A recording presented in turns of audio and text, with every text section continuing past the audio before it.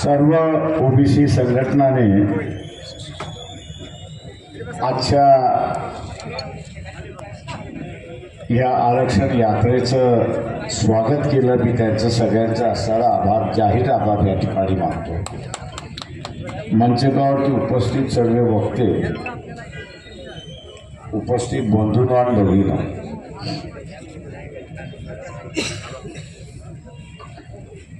मी असं म्हणेन 2024 हे दोन गोष्टींसाठी महत्त्व ठरणार आहेत असं मी त्या ठिकाणी मानतो। एक म्हणजे मागच्या लोकसभेमध्ये मोदी 400 म्हणत होते। मी असं म्हणेन राहुल गांधी कच्चा खिलाडी आहे। वंचित बहुजन आघाडी त्यांना मदत करायला तयार होती, त्यांनी मदत घेतली नाही आणि म्हणून किमान देशभरामध्ये 40 जागा त्यांच्या कमी आहेत। म्हणून मी त्याला कच्चा खिलाडी म्हणतो, कच्चा लिंबू म्हणतो की त्यांनी जर वंचित बहुजन आघाडीबरोबर समझोता केला असता तर आज नरेंद्र मोदी पंतप्रधान नसते, त्यांच्या जागी राहुल गांधी बसला असता।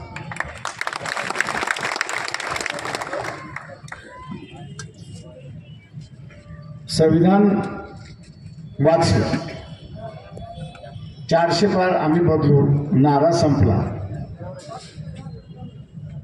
आणि आता आपण बघत असाल की पदोपदी पावलोपावली नरेंद्र मोदी संविधानाची दुवा देतोय अशी असणारी परिस्थिती।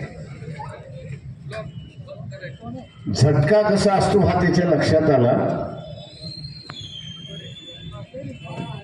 की त्याचा हलाल होता आता वाचला। आता एक नवीन मुद्दा तिथे असताना काढण्यात आलेला आहे।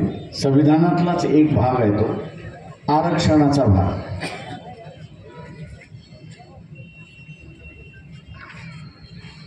हा खेळ सुद्धा इथल्या सत्ताधाऱ्यांनी सुरुवात केला। राजकीय सत्ताधाऱ्यांनी सुरुवात केला आणि या राजकीय सत्ताधाऱ्यांबरोबर इथले असणारे श्रीमंत मराठी सुद्धा जे आहेत तेही त्याच्यामध्ये सहभागी झाले। महाराष्ट्राची गेली अनेक वर्ष सत्ता ही जी आहे ही 171 कुटुंबाच्या हातामध्ये। तुम्ही 171 कुटुंब विसरून जा, माझं म्हणणं आहे। हा जिल्हा कुठचा आहे? बीड जिल्हा आहे। बीड जिल्ह्यामध्ये आता आत्ताचे असणारे आमदार नामदार आणि 15-20 वर्षापूर्वीचे आमदार नामदार कोण होते आहे बघा।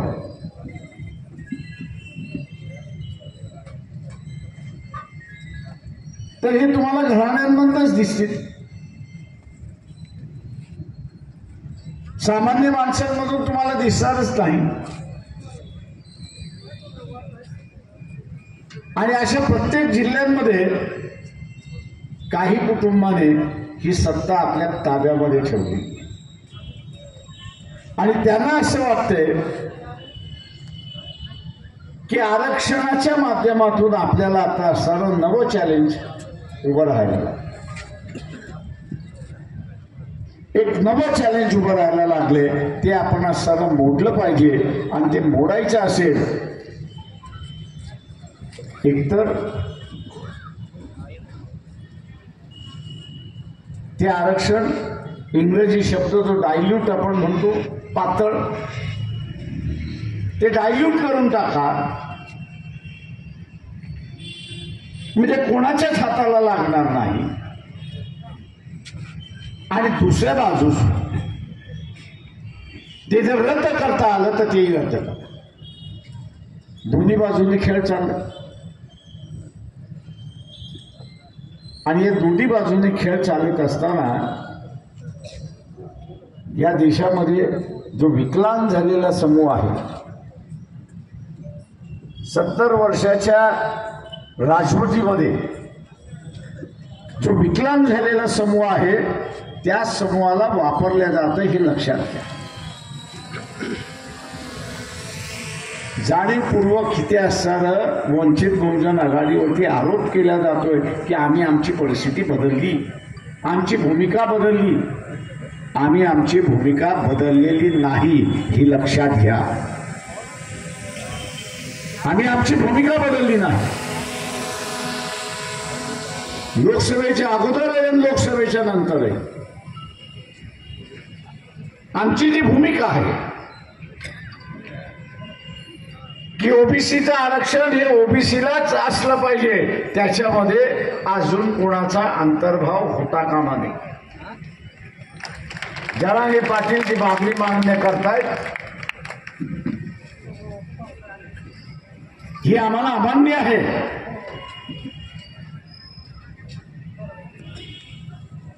परंतु सरकार जे करतंय, खोट्या सर्टिफिकेट 55 लाख दिल्या, हे घटनेच्या विरोध आहेत. आता हे सगळे सर्टिफिकेट ज्यांना दिलेले आहेत ते ज्यावेळेस व्हॅलिडिटी काढायला जातात त्यावेळेस त्यांचा अर्जही घेतला जात नाही अशी परिस्थिती. ही जी फसवणूक झालेली आहे या फसवणुकीच्या विरोधात आहोत हे आम्ही असताना लक्षात मित्रो. आणि म्हणून या आरक्षणाच्या संदर्भात लोकांना जाणीव व्हावी त्यासाठी ही असणारं आरक्षण बचाव यात्रा आम्ही महाराष्ट्राच्या 22-23 जिल्ह्यांमध्ये काढली.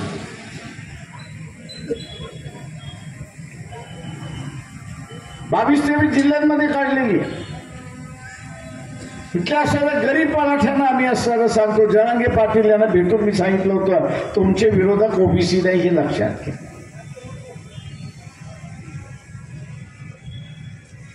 तुमचे विरोधक ओबीसी नाही, तुमचे खरे विरोधक जे आहेत हे निजामी मराठे, हे 169 कुटुंब जे आहेत हे तुमचे खरे विरोधक आहेत.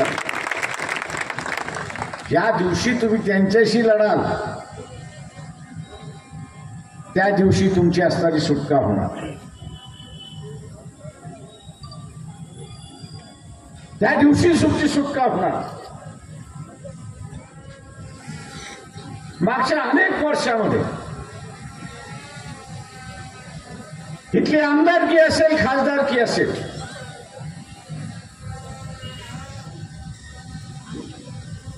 हे जे 169 कुटुंबाने इथले राजकीय पक्ष कैद केले, काँग्रेसही कैद केलेला आहे, एनसीपी सुद्धा कैद केलेला आहे, उद्धव ठाकरे सुद्धा त्यांनी कैद केलेला आहे.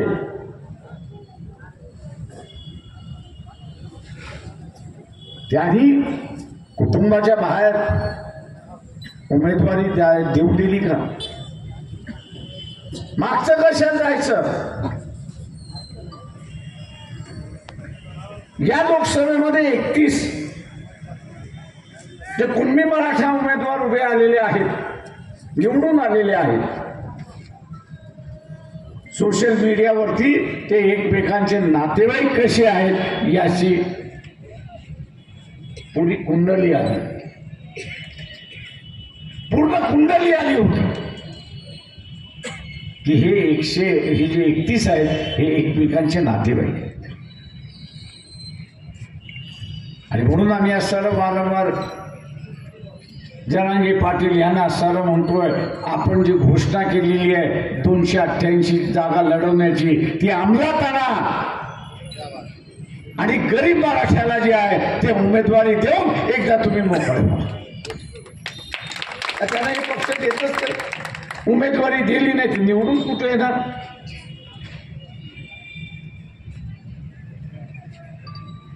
आम्ही इथे जे आहे ते इथला असणारा ओबीसी, एसटी, बीजेएनटी जे आहे आणि आदिवासी जो आहे त्याची काळजी आम्ही असणारे ह्या ठिकाणी, त्याची काळजी जी आहे ती आम्ही असणारे ह्या ठिकाणी. मित्रो, एक नवीन खंड आता सुरुवात झाला. ओबीसीचं आरक्षण धोक्यात आणायचं आहे तर ते विधानसभेच्या अगोदर येणार नाही. ते विधानसभेच्या निवडणुकीच्या नंतर येणार. ते विधानसभेच्या निवडणुकीच्या नंतर येणार आहे, कारण का विधानसभा हे वापरलं जाणार आहे हे आपण लक्षात घ्या. विधानसभा ही वापरल्या जाणार.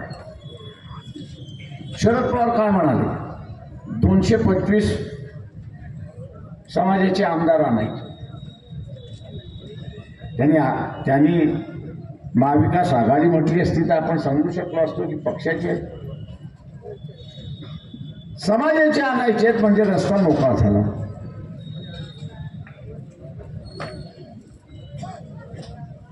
उद्या हे जर 225 आले तर ओबीसीचं आरक्षण संपलं म्हणून समजा ओबीसीने लढण्यात काही अर्थ नाहीये. त्याचं कारण सांगतो. ओबीसीची मागणी काय आहे की जात न्याय जनगणना झाली पाहिजे. ही मागणी आहे की नाही?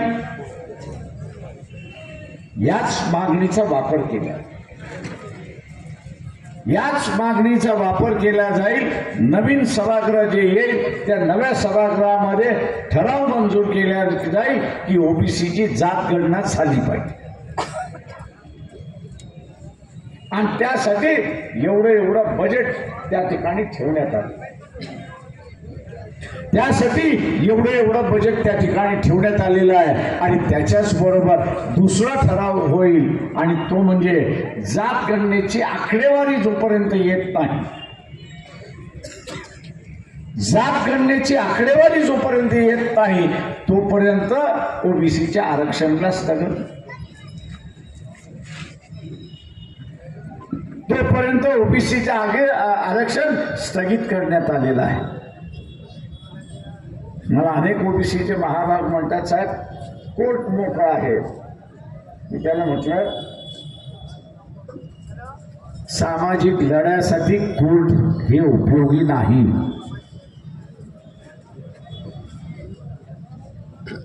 सामाजिक लढ्यासाठी कोर्ट हे उपयोगी नाही. तुम्ही उद्या कोर्टात गेला आणि सभागृहाच्या कामकाज जे आहे, प्रोसिडिंग जे आहे त्याला चॅलेंज केलं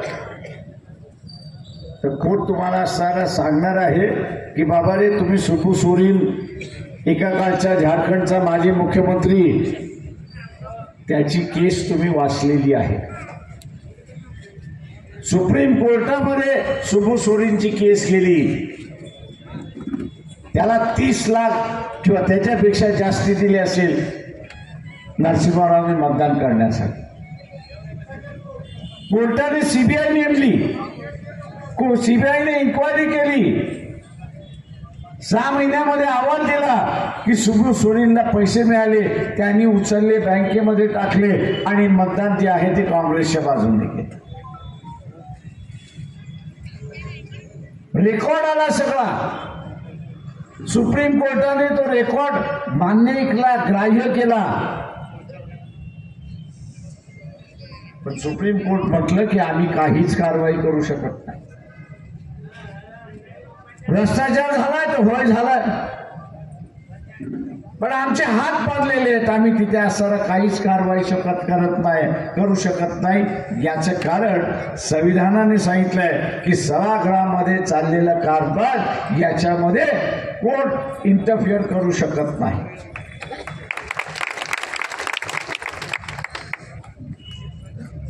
न्यायालय जे आहे ते सभागृहाच्या कामकाजामध्ये हस्तक्षेप करू शकत नाही. आणि म्हणून आमचे हात बांधलेले आहेत. आम्हाला दिसत असलं, माहीत असलं, समजत असलं तरी आम्ही काही करू शकत नाही. तीच परिस्थिती इथं होईल,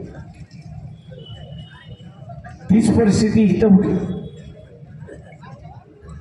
की उद्या गेला तर कोर्ट म्हणेल की सुप्रीम कोर्टाने दिलेला आहे निर्णय, अगोदरच दिलेला, आम्ही लक्षात घेतो. जनगणना होईल तेव्हा होईल. 5 वर्षात झाली तर चांगली, 5 वर्षात झाली नाही तर पुन्हा लटकत राहील. अगोदरच असणारा नगरपालिका महानगरपालिकेच्या ओबीसीच्या आरक्षणाला सुप्रीम कोर्टाच्या एका निर्णयाने स्थगिती मिळालेली आहे. नोकरी आणि शिक्षण याला स्थगिती सभागृहामार्फत मिळून जाईल. मग काय करणार? तेव्हा ओबीसीने आता असताना जागरूक झालं पाहिजे, एकत्र आलं पाहिजे. मला ओबीसी सांगत साहेब आम्ही एकत्र आम्ही तर लाखाच्या सभा घेतो. म्हटलं तुम्ही घेता ओबीसीच्या सभा घेता की स्वतःच्या समाजाच्या सभा घेता?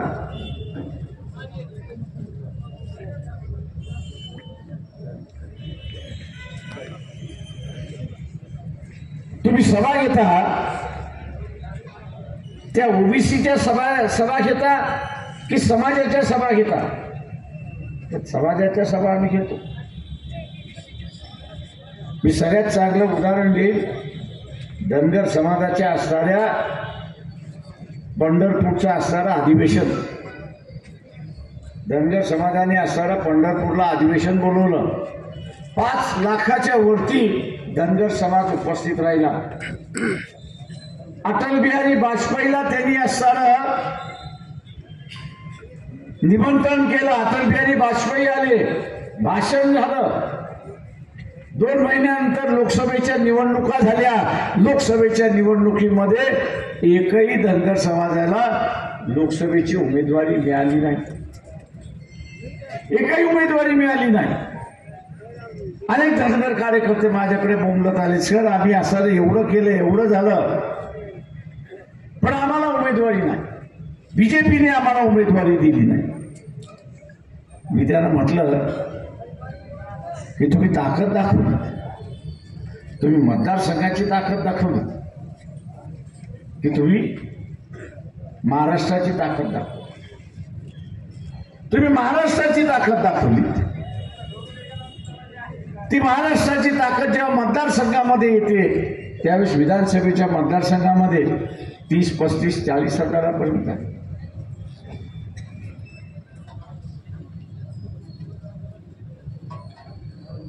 तीस 35, 40 हजारापर्यंत परिणाम काय? 2.5-3 लाखाच्या मतदारसंघामध्ये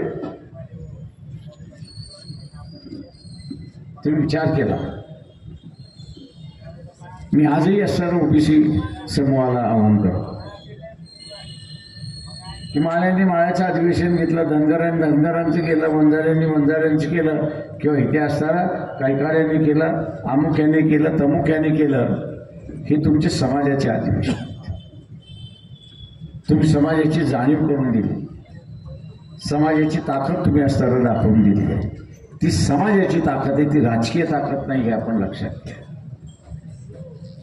की ज्या दिवशी आपण राजकीय ताकद निर्माण कराल त्या दिवशी आपल्याला इथले राजकीय पक्ष घ्यायला लागतील, एवढं असं लक्षात घ्या. आणि राजकीय ताकद निर्माण करायची असेल तर ती समाजाच्या नावाने उभी राहणार नाही, तर ती ओबीसी म्हणून राहणार, मागासवर्गीय म्हणून राहणार, अदर बॅकवर्ड क्लासेस म्हणून ती राजकीय ताकद उभी राहणार. आणि ती ज्या दिवशी आपण दाखवाल त्या दिवशी राजकीय पक्ष हे तुमच्या पायाशी जोडलेले असतील. आज तुम्ही त्यांच्याकडे जाता अशी असतात. मित्रो, ती आता करण्याची वेळ आली. ती आता वेळ आलेली. ओबीसीला स्वतःचं आरक्षण शाबूत ठेवायचं असेल तर ओबीसी म्हणून एकत्र यावं लागेल. उमेदवार ओबीसी मधला कोणी असेल,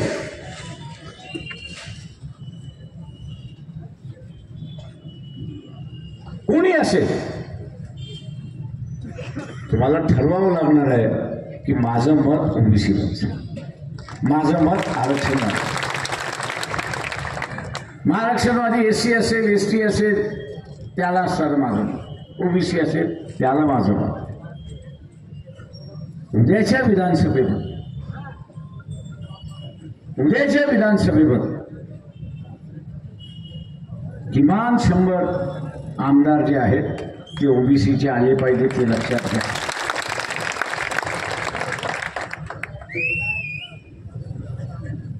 आणि ते करायचं असेल तर कोणाला पक्ष सोडण्याची गरज नाही.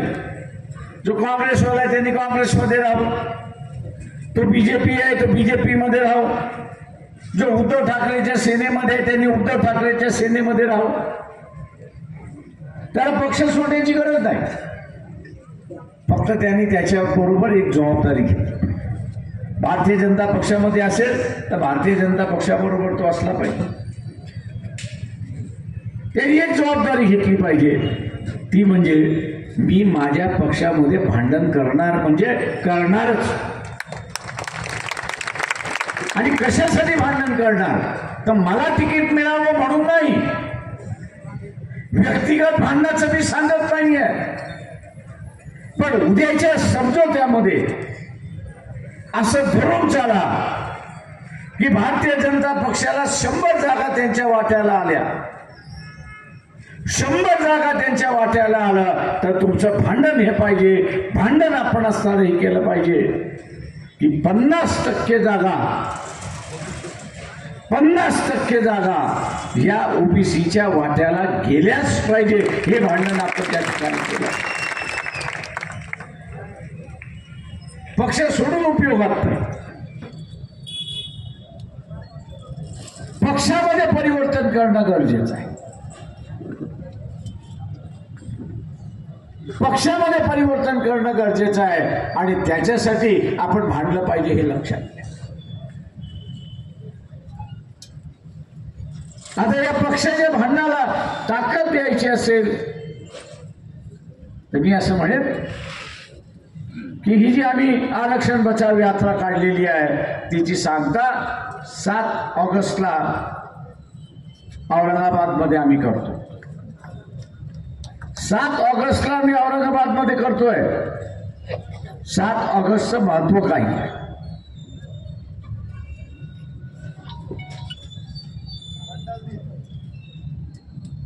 7 ऑगस्टला विश्वनाथ प्रताप सिंगाने मंडल लागू झालं, GR काढला, तो दिवस आहे. मंडल लागू झाला, GR निघाला, तो 7 ऑगस्टला निघाला. आपल्याला राजकीय लढाई जर जिंकायची असेल आणि करायची असेल तर यापुढे 7 ऑगस्ट हा मंडल दिवस म्हणून त्या ठिकाणी साजरा झाला. 7 ऑगस्ट हा मंडल दिवस म्हणून त्या ठिकाणी साजरा झाला पाहिजे. आणि त्याची सुरुवात ही औरंगाबाद पासून आपण केली. जे वेगवेगळ्या राजकीय पक्षामध्ये आहेत ओबीसी, माझं त्यांना असं आव्हान आहे, तुमचा राजकीय चेहरा, ओबीसीचा राजकीय चेहरा दाखवणं महत्वाचं आहे. तो दाखवणार कसा? एकतर तुम्ही आमदार निवडून आणले पाहिजे, त्यातून दाखवता येतो नाही तर 7 तारखेला मंडल दिन साजरा करताना आपण त्या ठिकाणी दाखवतो.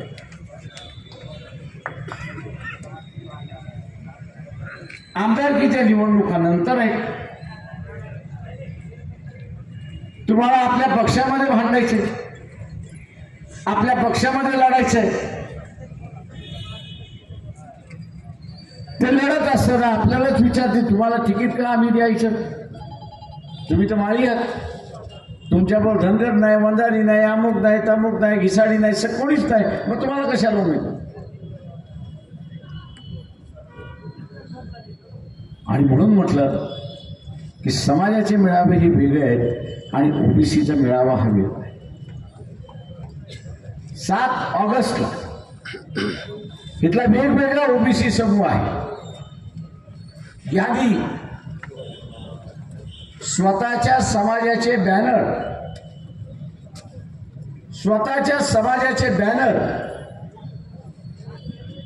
घेत औरंगाबादला 7 तारखेला पोहोचले. लाखाच्या संख्येने आपण पोचला तर मी असं म्हणेन अर्धी लढाई आपण जिंकली हे लक्षात घ्या. अर्धी लढाई आपण जिंकली आणि गावामधलं जे दहशत आहे तेही आपण असं संपवायला सुरुवात केली.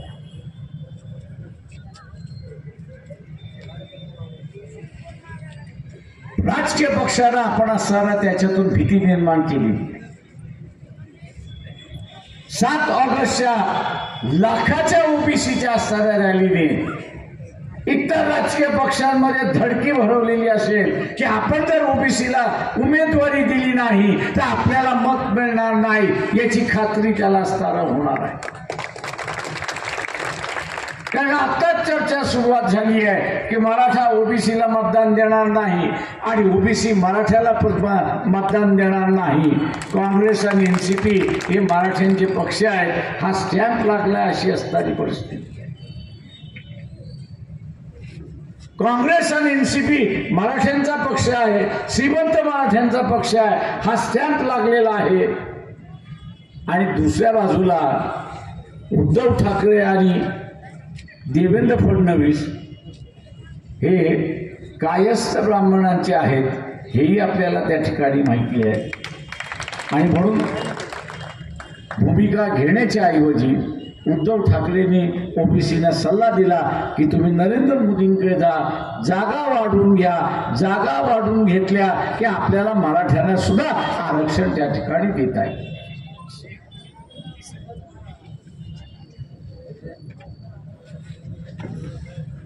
आरक्षण त्या ठिकाणी देता येईल.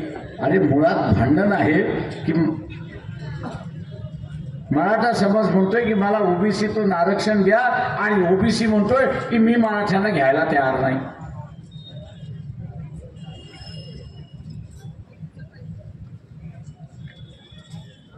म्हणजे आग लागली आहे उत्तरेला आणि उद्धव ठाकरेचा बम चाललाय दक्षिणेला. म्हणजे आग लागली आहे उत्तरेला आणि उद्धव ठाकरे यांचा बंब चाललाय दक्षिणेला. ती आग कशी विझणार? ती आग विझणार कशी?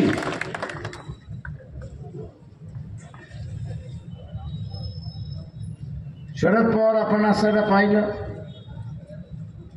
सगळ्यात सिनियर नेते. अपेक्षा होती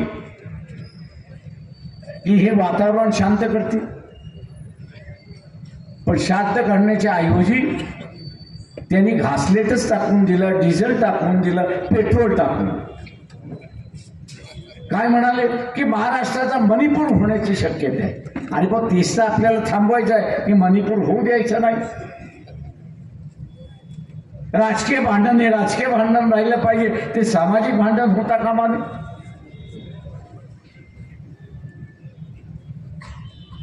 राजकारणामधलं पोळ्या भाजण्याचं कामकाज त्या ठिकाणी चाललेलं आहे.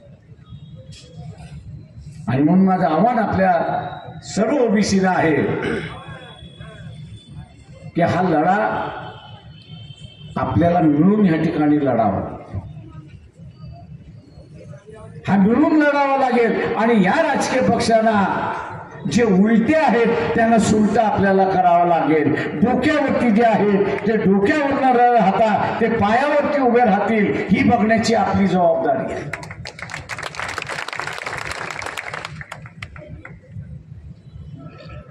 आणि म्हणून जाता जाता मी आपल्याला एवढंच आवाहन करणार आहे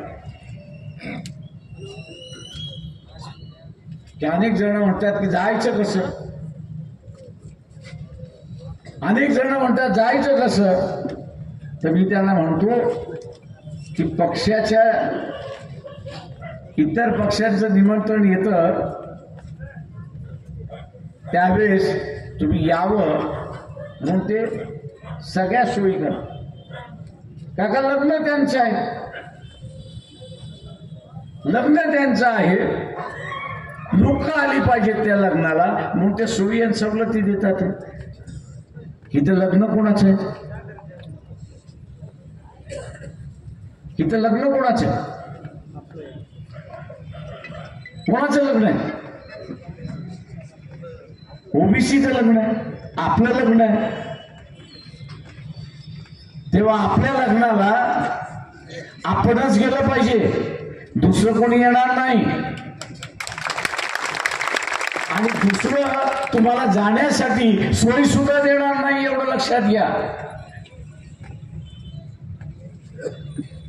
का त्याचं लग्न नाहीये, त्याचं लग्न असतं तर त्यांनी सोय केली असती. आता हे आपलंच लग्न असल्यामुळे आपल्याला आपलीच सोय करावी लागेल, ही आपल्याला आपलीच सोय करावी लागेल. आणि ती आपल्याला आपलीच सोय करावी लागेल, कारण का येणारी जी पिढी आहे, तुम्ही आम्ही सगळेजण कॉलेजमध्ये तर जाणार नाही की जाणार आहात? जे जे कॉलेजमध्ये जाणार आहे त्याने हातवरती करा. का तुमचं वय झालंय की कॉलेज तुम्हाला घेणार नाही अशी परिस्थिती आहे. तुम्ही नोकरी मागायला गेलात तरी तुम्हाला नोकऱ्या देणार नाही. ही लढाई आपण येणाऱ्या पिढीसाठी लढतो हे लक्षात घ्या.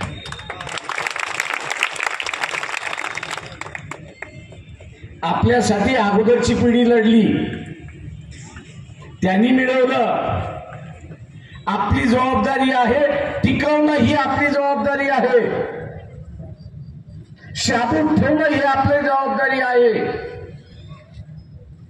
आणि मिळवलेलं जसंच्या तसं पुढच्या पिढीला देणं ही आपली असणारी जबाबदारी आहे.